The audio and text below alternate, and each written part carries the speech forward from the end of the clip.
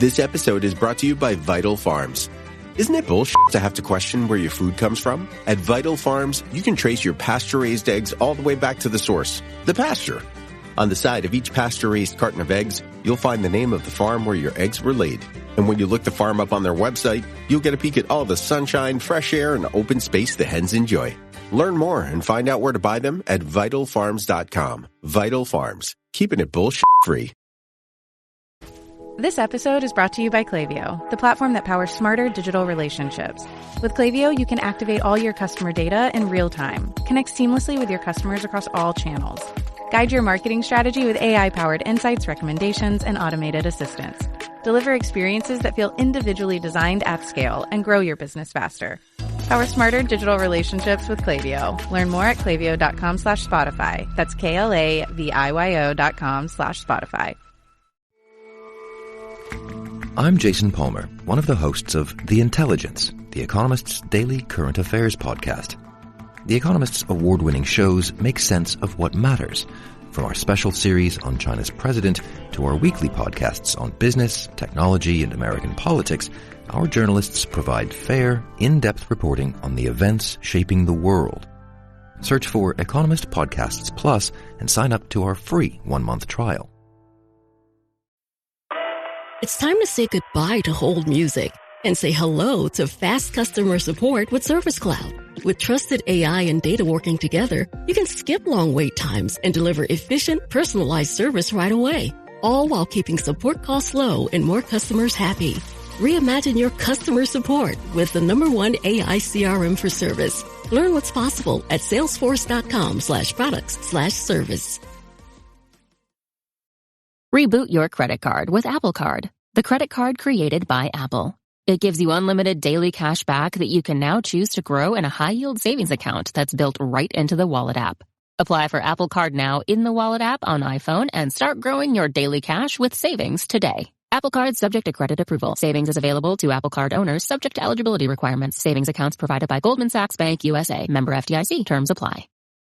Welcome to the Human Capital Innovations Podcast, your go-to source for personal, professional, and organizational growth and development. We hope you tune in often for all things people management, organizational development and change, organizational leadership, and social impact related. Maximize your personal and organizational potential with Human Capital Innovations Podcast.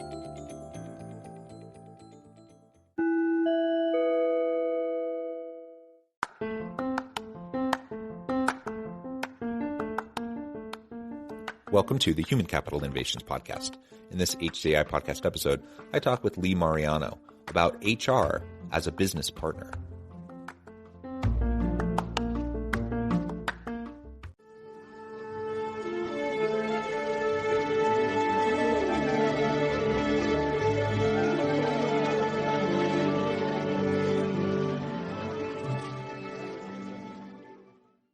Lee Mariano, welcome to the Human Capital Innovations Podcast. Thank you so much, John, for having me.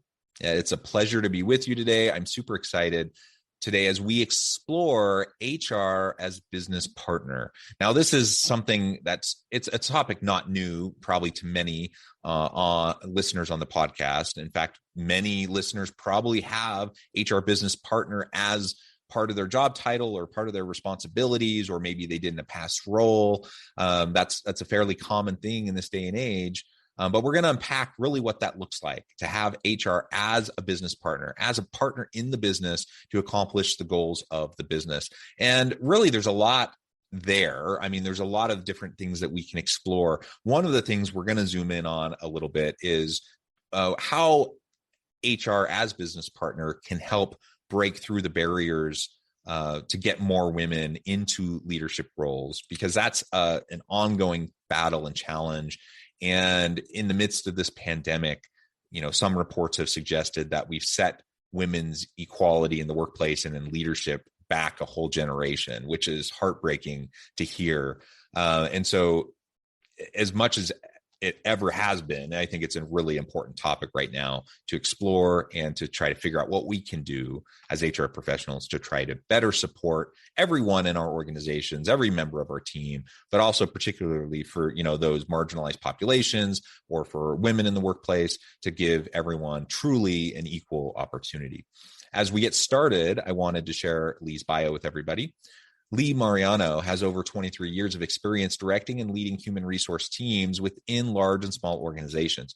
She has knowledge and expertise in aligning human resource initiatives with the strategic goals and objectives, as well as providing strategic direction for the full range of human capital functions. This includes an emphasis on employee development, leadership development, talent management initiatives, and others. Lee has extensive experience designing a multifaceted human resources strategy linked to business goals, developing and implementing process improvements in the areas of talent management, organizational development, employee relations, compensation, and implementing a competency-based succession plan and management development initiative. What a wonderful set of experiences and background. It's a pleasure to have you. Anything else you would like to share with listeners before we dive on in? No, that was great. As I was listening to you read my resume, my bio, I was like, wow, I've done a lot over the years. There's a lot that I've done, and another add-on to that, I would say, is that, my passion is coaching female leaders and mentoring them to help them get to that next level. As you mentioned in your opening, John, about, have we set back the progress of women's equality during this pandemic with some of the resignations and some of the women unable or needing to leave the workforce to stay at home.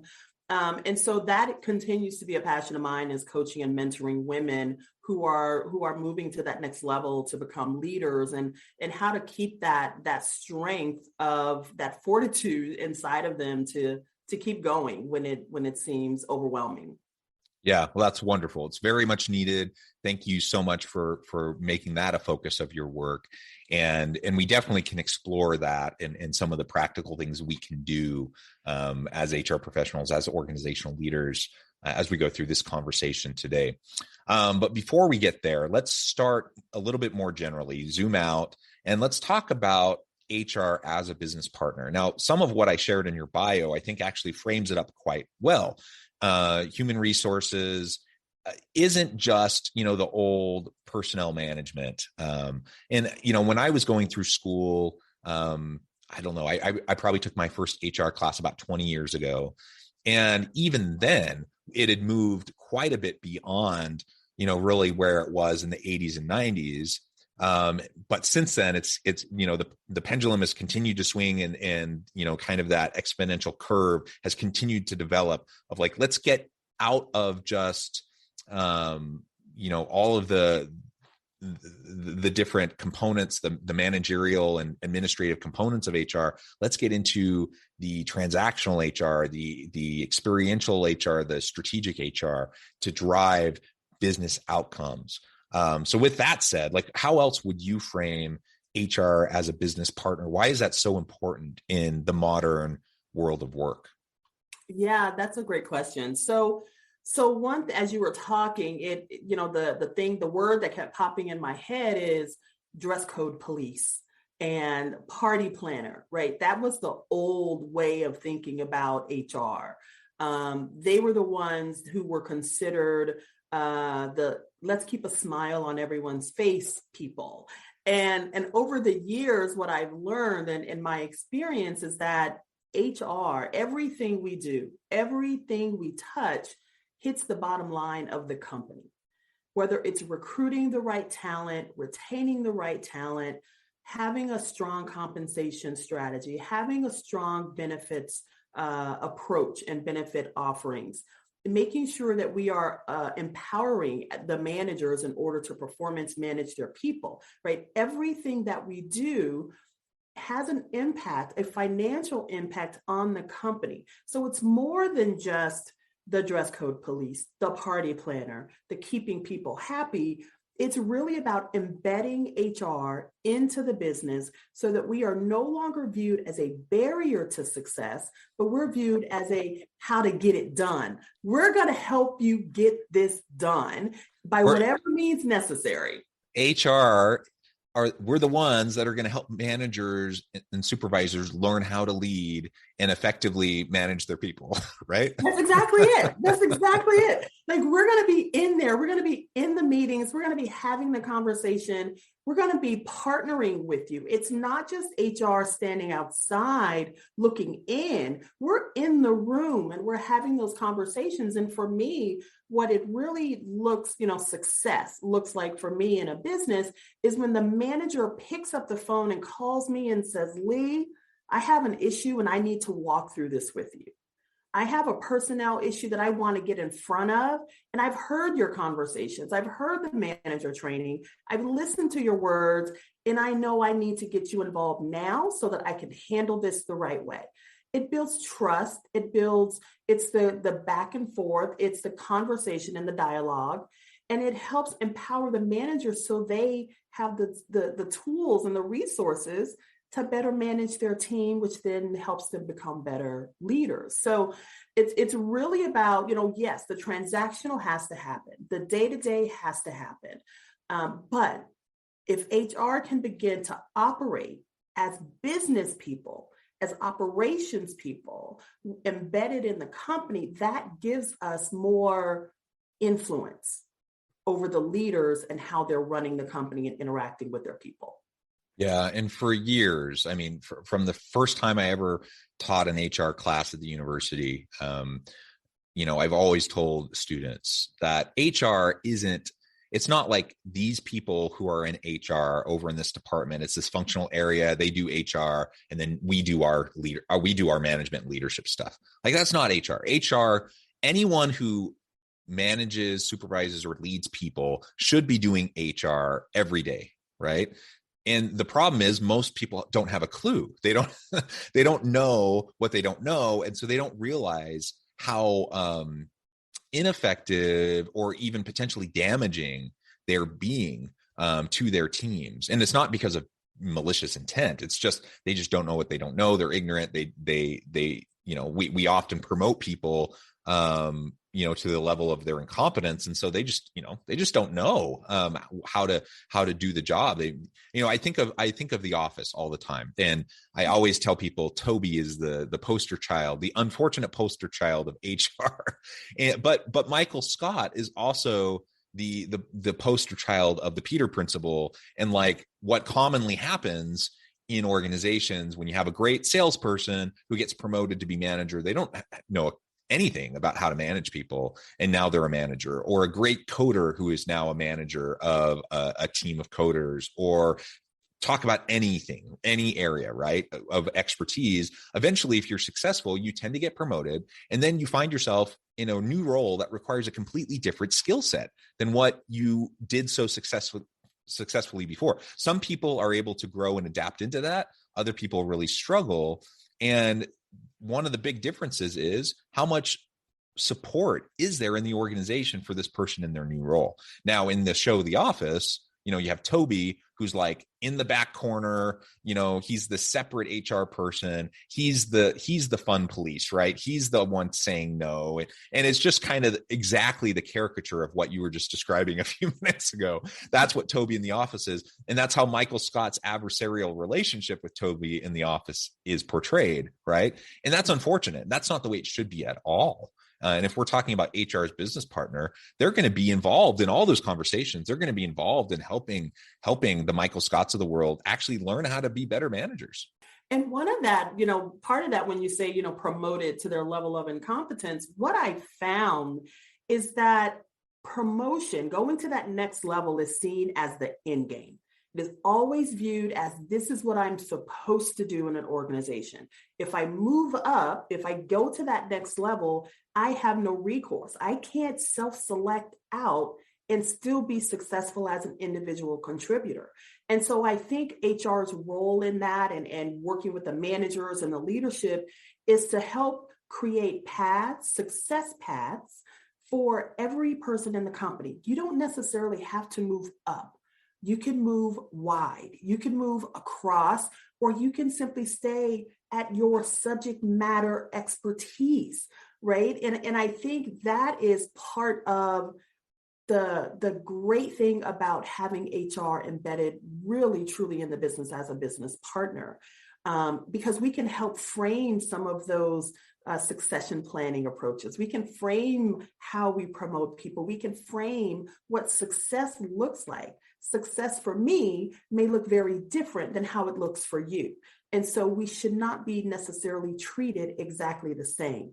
I may love being an individual contributor, coming in every day, doing my job, head down, and I love it. That's what makes me happy. You, on the other hand, you may say, you know what, I want to run this department. I want to run this division. I want to have 10 people reporting to me.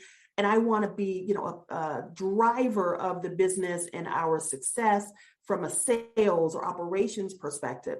There should be room in the company for both of those decisions. There should be space for employees to succeed on, depending on how they define it. And I think that's, really kind of the changing of the guard that I've seen over the years, is that the voice of HR can truly influence how the company is operating, how we are perceived, where sure, we all want to have fun when we go to work every day. We spend so much of our lives working and with the people at our office and on our company. So sure, we want to have fun, but we also have to get the business done.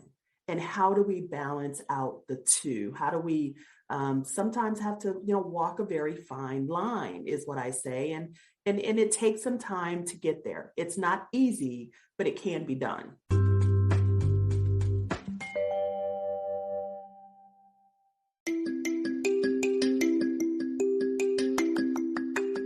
I'm excited to announce the publication of my new book from HCI Press, Bluer Than Indigo Leadership, The Journey of Becoming a Truly Remarkable Leader. Early in my adult life, I learned about an Asian proverb that translates as bluer than indigo. If you think about the color indigo, it is a brilliant, deep, and vibrant blue, what some would call the bluest of blues. To have something that is bluer than indigo is rare and truly remarkable. Contrary to popular myth, there is no one-size-fits-all or cookie-cutter approach to effective leadership. There's no silver bullet, no secret sauce, no go-to model that will solve all of our problems. The truth is, great leaders have all had their unique strengths and flaws, and have all had to discover and then pave their own distinctive path in their life's journey to fulfill their leadership potential. Bluer Than Indigo Leadership will help you discover your own path and explore those ordinary, everyday actions that will help you respond to an uncertain future and produce extraordinary results for individuals, teams, and organizations.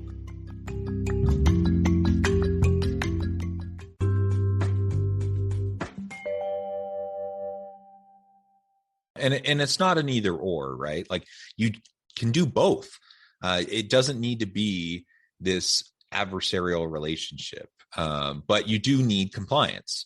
And so, sometimes these things, the tension, people get frustrated, but we can get past that as we move into more transformational and strategic approaches.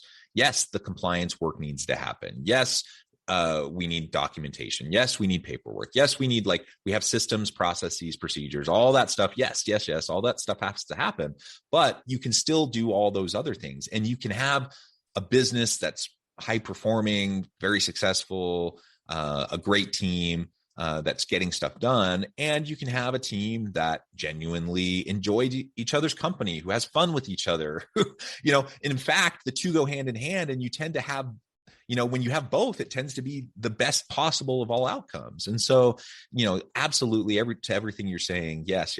And we just need, in some cases, to continue to shift the mentality, either within ourselves or the people within our HR team, but also, with individuals throughout the organization, because depending on the organization, the history, the culture, you might have pockets of resistance. You might have people who really don't get the vision of how HR will actually help them do their jobs better, help them to improve, help them to accomplish the business of the organization better.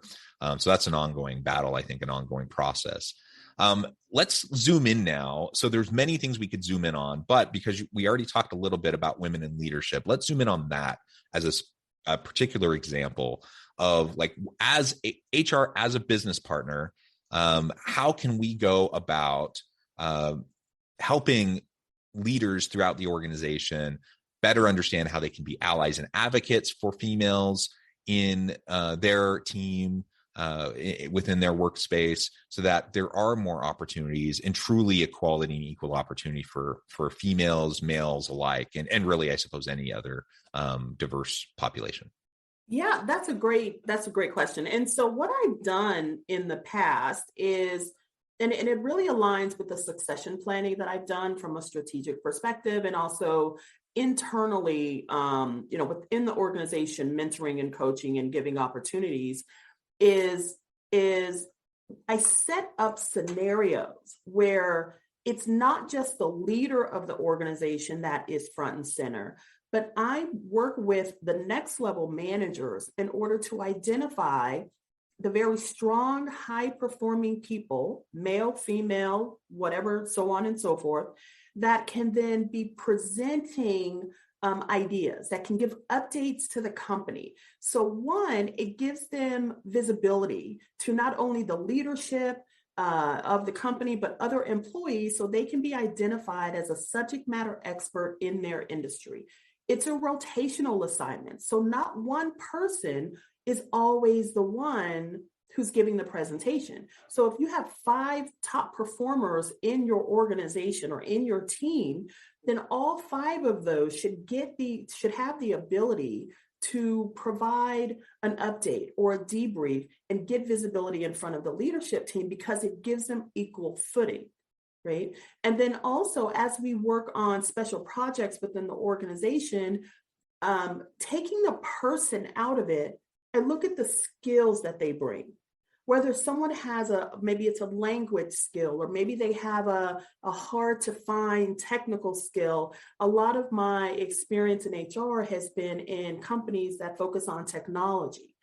And whatever it may be, there is a heavy contingent of males in the technology field in the companies that I've been in, less so on the female side. And so what I do is I would look at the skills of the people within the organization, right? And I would bring forth the skills. It's not necessarily I, manager, like that employee. It's going to be HR manager, HR director to the manager. Let's highlight the person with the skills. And that takes somewhat, the personal component out of it. It takes the selection of my favorites out of it, and it then focuses on the skill. So that the people with the right skill set, the talent, maybe they've worked on a special project, they've worked with the company for years, they are the ones pushed to the front. Personal preference is not the component, because when you have personal preference play into the decision, if a male manager has to select someone who can have that conversation with the executive team, more times than not, they may pick a male employee, regardless of whether or not that employee is the right person. And so again, that goes to the embedding HR into the decision process, where you try and make it as objective as you possibly can based on the skills of the person, the talent, the knowledge that they bring to the table, and then you give opportunity across the entire organization. And that then, what I found over the years is you begin to see minority employees, you begin to see women employees rise to the top, because you have that objective selection of the people who are the right fit with the right talent, getting the visibility. And it's like turning a ship. I'm former Marine Corps, so I always talk about turning the Navy ship. But when you start turning the Navy ship, it does take a while, but you start seeing the change, and then employees in the company also start seeing that others are getting opportunities. right? When they see that more than, it's not just the same person, the same profile getting the same opportunity, they begin to say, okay, maybe this is a place where I can excel. Maybe this is a place where I can start to shine. And then they put themselves out there as, someone who may want to be on a special project, who may want to do an internal transfer to another team. And that's where you begin to see that shift in the organization, where it becomes a much more dynamic, much more fluid and flexible company and a team, where people realize there are opportunities and they are no longer held down. They are no longer held back, that they can really rise up in the organization. And that's where you get people really being satisfied with their career and their career growth and their professional development. So those are some of the things that I've done. Yeah, I love it. Great example, great insights. And the bottom line is for a seasoned and experienced HR professional who can go and have those conversations about the very action-oriented, practical things that individual supervisors, managers, leaders can do proactively within their teams to make sure that there truly is opportunity for everyone, so that you're minimizing the biases, the implicit biases that people may have. You're making things more, taking away subjectivity, making it more objective as much as possible, truly promoting people with capability and creating an environment where people recognize true opportunity. We know there's lots of research that shows, men tend to apply for stuff they're not even qualified for, and women tend to self-select out and take themselves out of the equation way too early, even when they're very capable and qualified. And so a big part of this is just we have to reinforce over and over and over again, helping people recognize, helping people to see themselves in these types of roles, and to realize that, there is a place for them. There's an opportunity for them in the future, and they can grow into that opportunity. I think all of that's super important.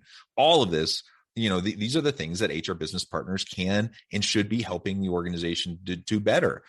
All aspects of diversity, equity, and inclusion, not just women in leadership, but all aspects of diversity, equity, and inclusion, but so many of the other areas that have also come up during our conversation today.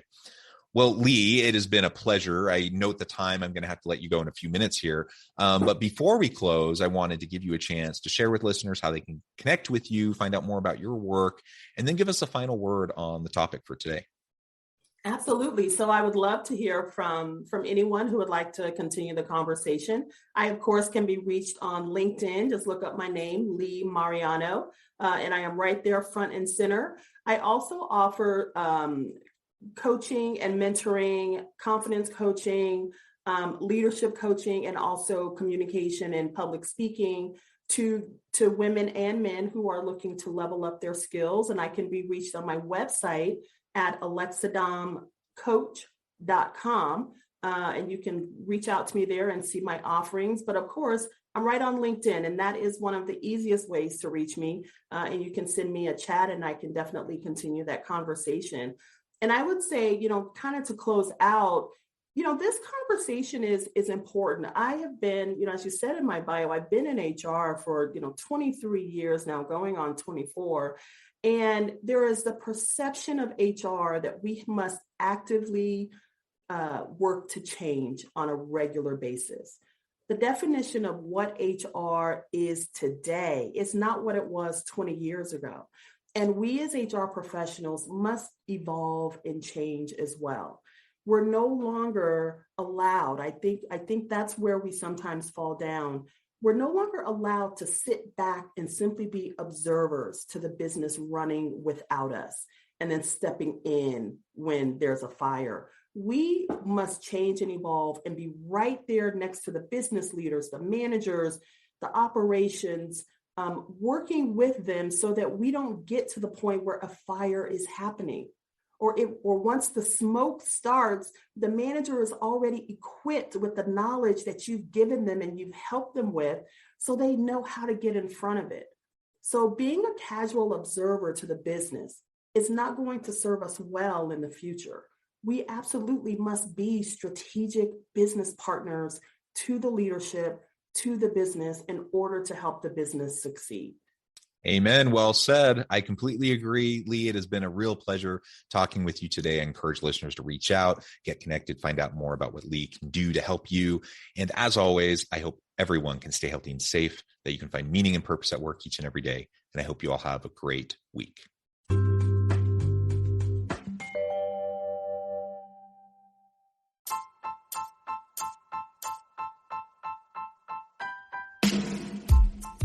The alchemy of truly remarkable leadership.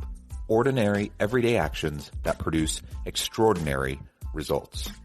Consider how the nature of work has shifted over the past 50 years. With increased globalization, rapid technological advancement, and the shift in economic composition, the average job of today looks very different than the average job of 50 years ago. What will the jobs and organizations of tomorrow look like? Moreover, what does this all mean for organizational leaders? What are the core competencies and capabilities of organizations and their leadership that are prepared for continued disruption and geopolitical and socioeconomic shifts? Regardless of what the future holds, increasingly, leaders need to be socially minded, data-driven, decisive, champions of talent, and disruptors of the traditional notions of leadership, teams, organizations, and work. The alchemy of truly remarkable leadership will help you to explore your own leadership competencies and capabilities and consider ways to apply and implement them into your workplace and personal life.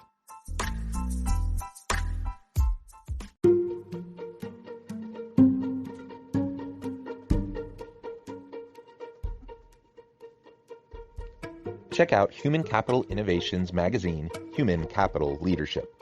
Human Capital Leadership is a free, interactive e-magazine with the mission to help individuals, leaders, and organizations find innovative approaches to maximize their human capital potential. We publish issues quarterly in August, November, February, and May. Take a look at the latest issue and let us know what you think.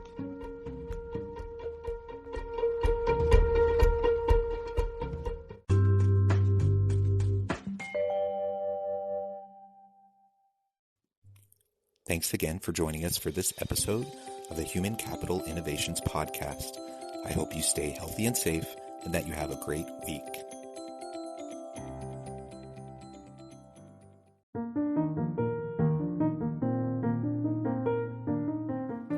Check out our new weekly LinkedIn newsletter, Alchemizing Human Capital, exploring industry trends via original research and interviews with executives and thought leaders from across the globe.